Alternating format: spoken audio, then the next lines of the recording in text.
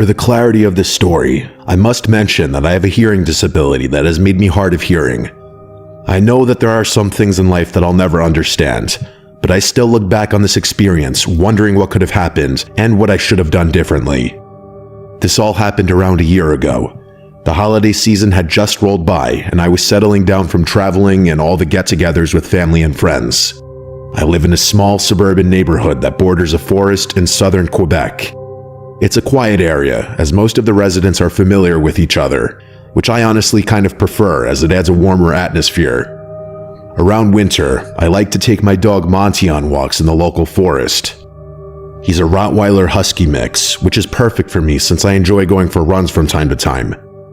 The forest has several trails, none of which are challenging for non-hikers. I remember it being an afternoon. I had just finished having a late lunch and decided to burn the calories on a walk with Monty. As usual, my dog goes ballistic when we turn the corner on my street towards the forest entrance. It was relatively cold for a February day. A fresh blanket of snow lined the paths overnight, creating this nearly blank canvas. As usual, I let my dog off the leash so he could run around. There were a few yellow patches along with some boot prints in the snow, which signaled to me that several people had already taken their dogs out earlier. Most people like to go on walks before noon since the sun tends to set around 4 p.m., so I didn't expect to see anybody out at that time. After walking for around 30 minutes, we came to a fork in the path.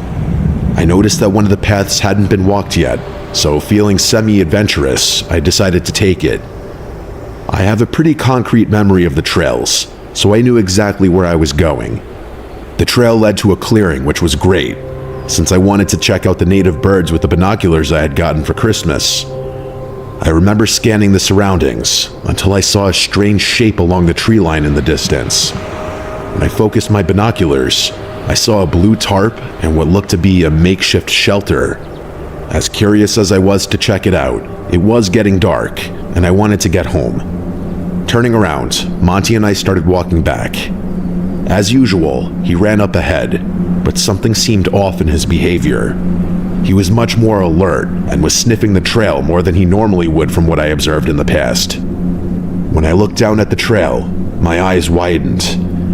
There was a set of footprints in the snow, much larger than my own. I remember turning my boots over out of sheer confusion to compare them to the ones in the snow. The prints were different, which left me with even more questions. There were no other forks in the trail, so whoever took it had to have passed me at some point. I figured they must have passed me while I was using my binoculars. At the time, it seemed like the most logical explanation, so I tried not to overthink it. At this point, it was significantly darker outside, but I could still make out my surroundings. As we were walking back, Monty stopped abruptly and started barking relentlessly in my direction. As I turned around, that's when I saw him. There was a man, probably around 6'4", wearing charcoal-colored snow pants and a white camo jacket only about a meter away from me. He didn't make any movements towards me. He just stood there with his hands in his coat pockets. I didn't recognize him from anybody in the neighborhood, so I assumed he must have been a hiker or someone from out of town. He looked like he was muttering something to me, but I couldn't read his lips due to the lack of lighting and not knowing if he was speaking English or French, which are the two commonly spoken languages in Quebec. I felt like an idiot at that moment for not bringing my phone with me, so I ended up trying to communicate with him that I was hard of hearing and that it was getting late. I got back home around 4:30. By then, it was completely dark out. I remember following my standard night routine, not really thinking much about the encounter, but in the middle of the night, something happened that still shakes me to this day. I woke up to Monty licking my hand, which is something he usually does to get me out of bed in the morning. I tapped my phone to check the time, and to my surprise, it was 3 a.m. I noticed a message from my neighbor asking if everything was all right, which, if I'm being honest, confused me at first. The message was a few minutes old and asked if everything was all right since Monty had been barking like he was possessed. I looked up from my phone to see that Monty was no longer in my room. I walked downstairs to find him barking hysterically at the patio door. As I approached the door, I struggled to see anything with my vision still blurry. I tried to focus my eyes when the motion sensor light turned on. At that moment, my heart sank. The man from the forest was standing there in my backyard. I didn't think twice to process any more questions. I stepped away from the door and texted 911. I don't think I've ever texted 911 faster than I did that night. I ran up to my room with Monty and grabbed the machete from under my bed. I'm a shorter woman with a background in martial arts, but I know damn well that the best move in a fight is to not fight at all. I sat there in my room guarding Monty and myself until the police came. With my heart beating out of my chest, I sat opposite from the door with Monty by my side. It didn't last long until Monty sprang up and started barking violently at the bedroom door. My hands were sweating profusely as I watched a shadow cast in from underneath the door. The movement in front of the nightlight suggested the man was seconds from breaking into my room. Those had to be the longest minutes of my life, as I anticipated the door handle turning or the door completely breaking in. Luckily for me, it never did. When the police arrived, I explained everything to them while they searched the property. The glass on the patio was smashed completely, but besides that, nothing was missing and everything was still relatively the same. The police found the gate in my backyard open. It leads to the forest, which is where they believe the man disappeared to. I let them know about the shelter I saw in the woods the day before.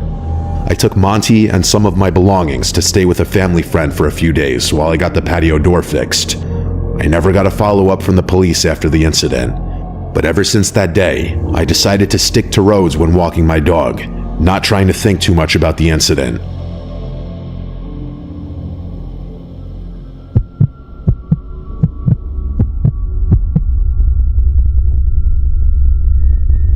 My name is Emberley, and I'm a 16-year-old girl who lives in Illinois with my younger sister Kate, who's 15. My dad works for a deforestation group about 30 minutes from our house. It was a normal morning on December 5th as my sister and I were getting ready to go out to the movies. We decided to go watch a somewhat new horror movie, Terrifier 3, which had some Christmas stuff included in it. We all knew it was 18 plus, but nobody paid much attention. Plus, we looked older than we were anyway. We made our way to the movies and easily got in thanks to our appearance.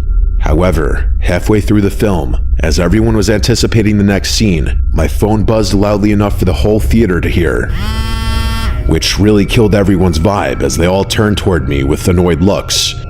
My sister and I scurried out until I tripped, which was embarrassing enough. After we exited the theater, I checked my phone to see who called me. It was my dad, but instead of calling back, I received a text message that said something like, "Hey, would you mind bringing me some lunch since the small cafe in the woods is shut today?" I looked over at Kate, and she looked at me confused, but neither of us second-guessed the message since it seemed normal. We arrived home, packed some food for him, and took my car downtown to the woods. I've always loved that place and never felt uneasy there because it was large and secluded. The scenery was amazing, with a hill that led down to a lake perfect for fishing and photos. After a while, Kate and I got out of the car and we walked down the path through the woods. I took out my phone to call my dad, but he didn't pick up. Confused, I looked over at Kate, who was just as confused as I was. Why wouldn't he respond when he just called us at the movies? I decided to message him instead, reminding him that we were at the woods to give him his lunch. After a few moments, I saw the 3 little dots on the screen appear, showing he was typing. He responded by telling us to walk down the small hill and wait for him at the lake, which we followed. The sun was slowly setting since it was winter, so sunset came much earlier. The sky had a beautiful radiant orange glow over the hill and down the mountain. Snapping out of my thoughts, Kate pointed down to the lake where a man in black was sitting on the deck by the water with his back to us. We guessed it was our dad. We walked down a bit more and stopped a little behind him. I called out his name, but he didn't move. Kate grew uneasy, and her attitude made the scene even more eerie. I slowly pulled off the hood he was wearing and revealed a man who definitely wasn't our dad. Kate and I shrieked as he turned around and began waving my dad's phone around like a maniac, smiling like he was happy to see us scared. I blurted out asking why he was using our dad's phone, but he didn't respond. Instead, he lunged and grabbed Kate's arm as she screamed. Luckily, I was strong enough to pull her away, and we started running as fast as we could. The adrenaline pushed through us so much that I had never seen either of us run that fast. Behind me, I heard stomps getting closer, so I knew we were being chased. I didn't dare to turn around. Finally, we reached the car. I slammed the door shut and locked it as the man came to my window, then crouched down out of sight as I reversed and sped away back home. When we got home, my dad and mom were there. We arrived panting out of breath and explained the whole situation to them. My dad was furious and said his phone had been stolen while he was working, so he decided to come back home. He said the man must have taken his phone and messaged us. My dad called the police and filed the report. They used the IMEI number to track the device, which was still on the deck by the lake, and they returned the phone to my dad. They said there wasn't much they could do since the phone was already found. I thought this was the end of it, but I wouldn't be telling this if it was. 6 hours later, around 1 a.m., I got an unknown message that said, "I like that your house is lit only by your bedroom TV." I immediately went cold and pale. I paused the TV and heard rustling outside my window. My room was on the second floor. I shut my phone and listened. Slowly, I peeked through the blinds and saw the man smiling with a gun pointed at my window. I screamed and pulled away as glass shattered everywhere across my room. My parents ran in, followed by Kate. I screamed for them to crouch and told them the man was outside with a gun. When my dad went to check, the man was gone. Then we heard another loud bang and more glass breaking downstairs in the kitchen. We ran and locked the bedroom as Kate called 911. My mom hugged us as we cried in fear. Throughout the whole situation, I kept wondering how he knew where we lived. A few moments later, the police arrived and searched the whole house, but nobody was there. Kate and I explained the situation again, and one of the officers said they should check the car. Surprisingly, a small air tag was found on my tire, which explained how the man knew where we lived and why he crouched before I sped out of the woods. The police told us they would patrol the streets and do everything they could to find the man. A few months later, he still hadn't been found, but he never returned, which I hope it stays that way. Me, Kate, and my parents are still traumatized by the situation, but mostly I felt stupid as the older sister for not being alarmed when the person didn't respond to calls and only responded through texts. All I know is that I'll be more careful and never go to secluded places again, especially when I'm responsible for someone else's safety.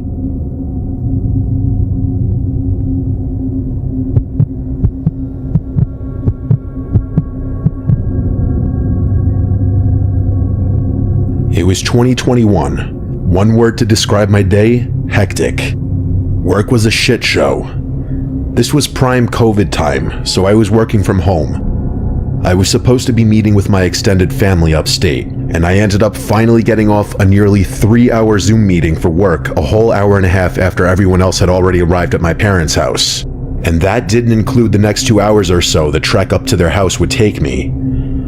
I filled up 2 cups of coffee in my kitchen to take with me before leaving. God knew I'd need them. The second I opened my front door, I realized this drive would be more of a shit show than I had originally thought. The snow and wind had already picked up since earlier that evening, and the streets were barely even plowed. The ground had at least 2 feet of snow already, and it was supposed to snow like this for a majority of the night. I had to be driving under 25 on most residential roads. My car at the time was also a really old, crappy Hyundai, which wasn't ideal for extreme weather conditions at all. It didn't have anti-lock brakes either. I'm a fast driver though, so when I got on the highway, I raised my speed to 70, which was probably a lot faster than safe for the conditions. I finally arrived at my parents' house around 9. They had begun dinner without me, but thankfully weren't too far along. A few drinks and gift sharing later, I started to lose track of time. I got so caught up in seeing my relatives I hadn't spoken to in a while that I ended up basically forgetting I still have to drive home, even as most of my family had started to leave. Once I finally got in my car to leave, it was past midnight, and at least another foot of snow had accumulated on the ground. I was buzzed, but I figured I was sober enough to drive home. Not that I condone drinking and driving at all. I was tired and simply wanted to get home. As I was heading towards the highway, I realized the roads were completely dead. I made the grave mistake of raising my speed to 40 down one particular road, because as I began to approach a bend in the road, I realized my car had gone into a skid. I tried not to panic, as this wasn't the first time I'd skidded. I started to steer into the skid and downshifted, but as I got even closer to the curve, and my car still wasn't slowing down, I started to panic. My car went straight off the side of the road and into a tree, and the airbag deployed. I was momentarily in shock from the force of the impact, but thankfully, I was relatively unscathed. My car was ruined though. The whole hood was buried in a bank of snow surrounding the tree I hit. No chance I was pushing it back onto the road or anything like that. The first thing I did was phone my roadside assistance company, and they said they'd send a truck to my location, but because of the horrible conditions, it could take up to 40 minutes for the truck to reach me. I was on a deserted road surrounded by forest and no houses for miles in either direction, so I decided to also call my parents and ask one of them to drive over and wait with me. My dad said he'd get in his car and drive over, so then I hung up and waited. As I was sitting there, I began to hear something over the sound of the wind howling outside. There were undeniably footsteps in the snow. I couldn't tell exactly from where, but they sounded somewhat distant. I opened the driver's side door and stepped out, looking over the roof of my car. I wasn't hearing footsteps anymore. Instead, I was hearing some new sounds. It was kind of hard to describe, but it sounded like some kind of wet slurping. I looked over to where I thought the sound was coming from, and I could see some movement by the tree line. It was dark as hell though, but I was pretty certain I was looking at a person. I called out, "Hello?" The sound stopped, but no one called back. I sat there for a few more seconds awkwardly, but no one ever responded or appeared to me. I couldn't see any more movement either. I was officially freaked out, so I got back in my car and locked the doors. What couldn't have been a whole minute later, I heard footsteps in the snow again outside. Then I heard something hitting the passenger side window, like a rock or something was thrown at it. I couldn't see out the passenger side window because it was covered in snow, or any of the windows for that matter. Once again, I opened the driver's side door and stepped out of my car. Checking my immediate surroundings, I made a disturbing discovery. There were boot prints in the snow, circling all around my car, and then leading away from my passenger side door into the woods. I felt sick to my stomach. I also noticed there were drops of blood in the snow. I opened my driver's side door, and then grabbed my 9mm out of the glove compartment. Clutching it in my right hand, I began to follow the prints leading into the woods. At that moment, I was convinced someone out there was with me. As I followed the prints, the drops of blood began to grow larger. It looked like someone had been bleeding profusely. And then, I saw some dark mass lying in the snow just past the tree line. I couldn't tell what it was. I was just praying it wasn't a person. I took out my phone and enabled the flashlight. It wasn't a person. It was a dead deer, seemingly slaughtered by some larger, predatory animal. The stomach was ripped completely open, and shockingly, the deer had been completely decapitated. I swept the flashlight over the surrounding few feet, but I didn't see the head anywhere. I decided this was getting too weird for me, and I started heading back to my car. I got back to my car and opened the driver's side door, and as soon as I did, it was all I could do to keep myself from vomiting on the spot. Lying in the driver's side seat of my car was the severed head of a deer, placed on the seat as if it was looking right at me. I booked it out of there and made it a few minutes down the road before headlights appeared in the distance. I ran towards the car, waving my hands and shouting like a madman, still holding my handgun. Thankfully, it was my dad, and he stopped the car and asked me what the hell I was doing. I got in the passenger seat and explained everything to him, and I kid you not, he literally didn't believe me.